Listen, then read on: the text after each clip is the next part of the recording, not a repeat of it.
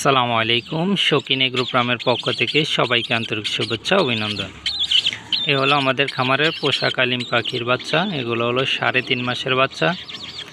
এ দেখেন, এইসব বাচ্চাকে আমরা কচুরি ফেনা খাওয়াচ্ছি।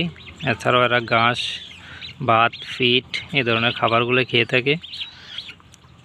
এ দেখেন, একেবারে পোষ মানা বাচ্চারা কোনো ধরনের ভয় পাবে না। এই ধরনের বাচ্চা লালন পালন করা খুবই ইজি। যে কেউ চাইলে এই ধরনের বাচ্চা আপনারা খুব সহজেই লালন পালন করতে পারবেন। এগুলা একেবারে উন্মুক্ত অবস্থায় লালন পালন করা যায়, অথবা খাঁচায় কেউ চাইলে খাঁচায় লালন পালন করতে পারবেন, কোনো সমস্যা হবে না। আর কালিম পাখি ক্ষেত্রে কালিম পাখির রোগবালাই মাশাআল্লাহ খুবই কম। অন্যান্য পাখি এবং কবুতরের তুলনায় কালিম পাখির রোগবালাই খুব কম। আর এই পাখির খাবার খরচ কিন্তু অনেক কম লাগে, যেহেতু এরা ঘাস, প্রচুর পরিমাণ ঘাস খায়। এইসব কারণে কিন্তু অন্যান্য পাখি এবং মুরগির তুলনায় এদের খাবার খরচটা অনেক কম হয়। আর এই পাখিগুলো হলো শৌখিন পাখি। এদের কালার কিন্তু যখন এরা বড় হয়ে যায়, এদের কালার সম্পূর্ণ ময়ূরের মতো চলে আসে। এই জন্যই কিন্তু এদের এত বেশি চাহিদা। দেখেন, খুব সুন্দর করে খাবে এরা। একেবারে পোষা বাচ্চা, এগুলা কোনো ভয় পাবে না। একেবারে উন্মুক্ত অবস্থায় কেউ চাইলে হাঁস মুরগির সাথেও কিন্তু লালন পালন করতে পারবেন।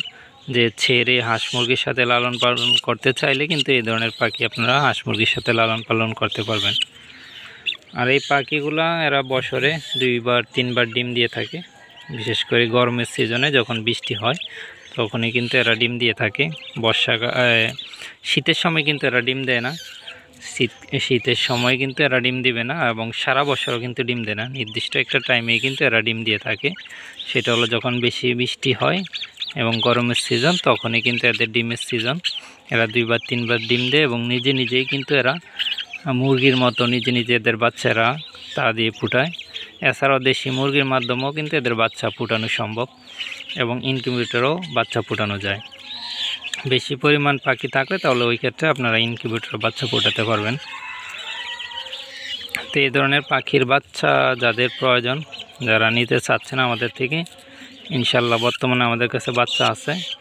এছাড়াও এখানে কিছু বাচ্চা আছে, এছাড়াও আমাদের আরও কিছু বাচ্চা আছে। তো যারা নিতে চান আমাদের সাথে যোগাযোগ করতে পারেন। আমার ইউটিউবে যে নাম্বারটা, আগের যে নাম্বারটা দেওয়া আছে, ওই নাম্বারটা বর্তমানে বন্ধ সিমটা। তো ওই নাম্বারে কিন্তু ইমো এবং হোয়াটসঅ্যাপ আছে। যাদের কাছে আমার আগের নাম্বারটা আছে, ওই নাম্বারে ইমো এবং হোয়াটসঅ্যাপ আছে। আপনারা ওই নাম্বারে ইমো এবং হোয়াটসঅ্যাপে ফোন করতে পারবেন। আর এখন আমরা নতুন একটা নাম্বার দিয়ে দিব, এই নাম্বারে সরাসরি কল দিতে পারবেন।